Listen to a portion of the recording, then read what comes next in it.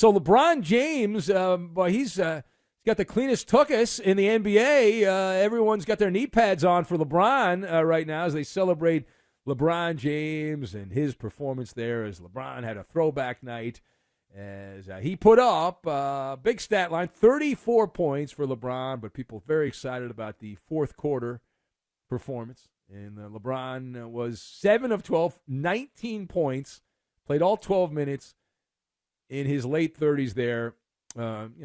He's old. By basketball, he's old. Basketball player, old. And he had a big game, 19 points in the fourth quarter. Which, of course, with all of these games, when a team blows a lead, it's more about the losing locker room than the winning locker room. For example, Norman Powell and Russell Westbrook combining to go 2 of 8 in the fourth quarter. But I digress. So it's not about the game itself, but it's about the fact that LeBron had this performance at his age on this night because there was a throwaway line that now has a whole lot of gas. A whole lot of gas behind it. So if you didn't see this, and you probably didn't or hear about it, former NBA star. This is not from me. This is from a former NBA star. And maybe you know where I'm going, but maybe not. So this happened recently. Kevin Garnett. If you're old, you know who that is. He used to be a big player. It's called the Big Ticket. Back in the day with Minnesota, and then he left to go to Boston to win a championship, and then bounced around a little bit at the end with Brooklyn. But Kevin Garnett, one of the great players of his day, recently suggested that LeBron James is using steroids.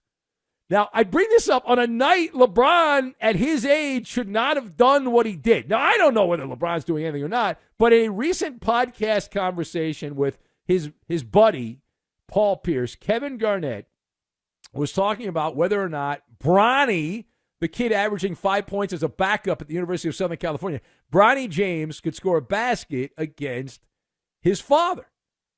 And they were going back and forth. And at the end of it, Garnett dropped this particular gem. He said, quote, his dad, meaning Bronny's dad. Now, who is Bronny's dad? Do we know? Oh, that's right, LeBron. His dad on the Balco, he's on the new juice, Garnett said. Okay, so let's discuss. That's not me saying it. That's Kevin effing Garnett saying it. So the question, do you think there's more to the Kevin Garnett steroid line about LeBron James? So I've got Deep State, Goosebumps, and Piggy Bank, and we'll combine all of these things together, and we are going to make a wonderful cream. The clear, I think it's the clear. I think that's the stuff that works well. So number one. To answer the question, do you think there's more to Kevin Garnett's steroid line about LeBron James? I'm nodding my head yes on this. However, I will put a caveat on this. While I do believe there is more to the story, nothing will actually come of it. And how do I know that? We have seen similar claims, stronger claims, by the way, made over the years.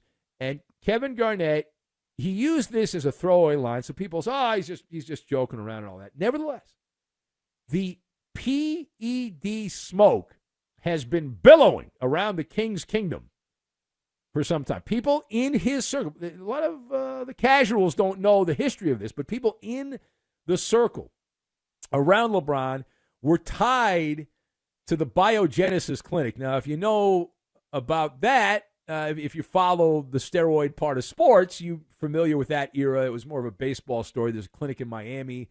This guy named Tony Bosch was the guy that ran it, Anthony Bosch, and according to the stories and the police and all that, he was supplying athletes, mostly ball players, with performance-enhancing drugs. If I'm not mistaken, I think the Hebrew Hammer, former MVP for the Brewers there, Mr. Braun, believe he was a client of Biogenesis. Maybe I'm wrong on that, but I believe that's where he did his business. So anyway, last year, so you had that. That's a wellness clinic, and some of LeBron's people were tied to that. Last year, you had an MMA fighter claim that LeBron James was on the Magic Beans. How did he know that? He said, well, LeBron was getting the same stuff from the guy that he got it from. Like the same guy was supplying both of them. Oh, no. We mentioned that on a Mallow monologue, and, of course, nothing came of it. And there's a common theme, and I've learned this over my years in sports media, that sports is just the entertainment, and that certain people get on a list, and then they're protected. And then other people do not get on that list. Like right now, the Hall of Fame, every year in recent years, has put someone suspected of steroids in the Baseball Hall of Fame, right? But Barry Bonds can't go in the Hall of Fame, and Roger Clemens can't go. He's not in George's box. Maybe he is not in the Hall of Fame. Sammy Sosa, not in the Hall of Fame. Rafael Palmeiro, they are not on the cool kids list. They fell on the naughty list. So LeBron, even if this is all true and what Kevin Garnett said and the MMA fighter last year and all this, LeBron is protected by the deep state of sport. He has a ring of protection, a firewall around him. It's very reminiscent. I've been doing this job for a long time. There was a quarterback, I don't know who this is, he's not that famous, named Peyton Manning. There was a documentary that was made and pointed out that Peyton Manning was a PED cheat in the documentary. They said his wife was the one that received the drugs, and Peyton, who the Colts thought was going to retire, that's why they got rid of him. They sucked, and they figured Peyton was never going to be able to return to form. Otherwise, they might have traded the pick that turned out to be Andrew Luck. But they ended up, again, Peyton Manning came back and threw double nickels touchdowns a couple years after that. But that was a massive story. I would think that would be the biggest story in sports. At that time, though, the media elites circled the wagons. They ran interference for Peyton Manning, and now Peyton Manning's everyone's pitch man. He's on TV. My favorite line, I will never forget this line from Jim Nantz, who's a golf buddy of Peyton Manning. And Jim Nantz on an NFL broadcast while there was a documentary. And by the way, this documentary was not like bogus. Like there was a guy, Taylor Teagarden, I believe was the guy's name, was a catcher in the Cubs and Rangers organization, who was suspended by Major League Baseball because of the documentary for doing steroids. But Peyton Manning, we're good. Jim Nantz said of that story, it's a story that on all levels is a non-story. And that's the same vibe that this LeBron stuff gets. I bring it up, but I'm not in the mainstream. I'm on late at night. I'm on overnight. So the mainstream people, what they do is they suck the toes of LeBron is what they do. All right, now, page 2. Headline from Milwaukee where Dame Lillard, you see this story bounce around this week? Dame Lillard admitting that life in Wisconsin is lonely.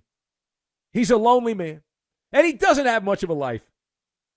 We got to get Dame Lillard friends. We have a lot of listeners in Milwaukee. We should get Lillard friends. Like he can hang out with Artez, and he's making the soul food, right? You can hang out with him, and then some of the other guys that call the show in Milwaukee. We have a lot of people on Twitter or X or whatever it is from Milwaukee. But Lillard, he did this profile piece, and he said that he goes to practice, goes home, and then watches boxing and plays video games. Yeah, that's his life. He says, I go on Fight Hype and YouTube 100 times. He says he types in things in there, and he's praying that something new is on there to entertain him. He says, I don't have much of a life. All right, so do you have empathy?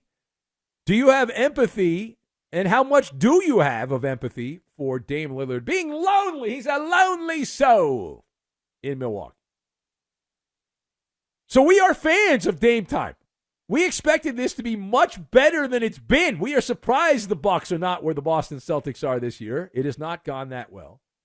They're okay. Now they've ruined everything by hiring Doc Rivers. A nice record, but you can't take them seriously because of Doc Rivers. But in terms of Dame Lillard and this chapter of the story, it's a little much. A little much. That's a cautionary tale. It's like I remember the line from Goosebumps. Be careful what you wish for. Right? Dame wanted out. He thought he was such a big star in Portland that he would go to Miami, and he wanted to play for Miami, and that's the only team he wanted to play for. He wanted off the Oregon Trail. He didn't want to play for the Blazers anymore. And well, you got traded, but you didn't get traded where you wanted to. So pull up your socks. Dame Lillard making $45 million and get your act together. And let me point out, now, here's the thing. The life he described is the life that many people live.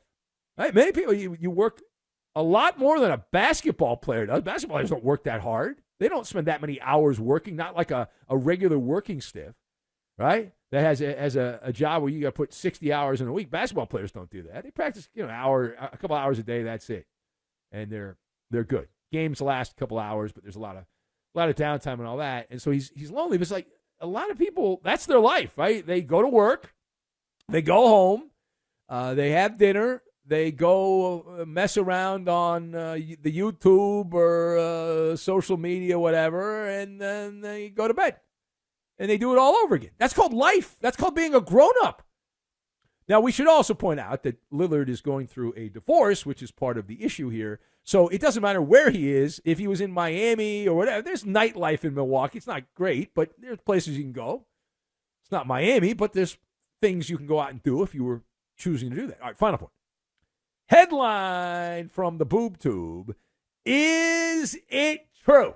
Is it true that an anonymous television executive read Adam Silver the Riot Act regarding star players missing key televised games? That's the story.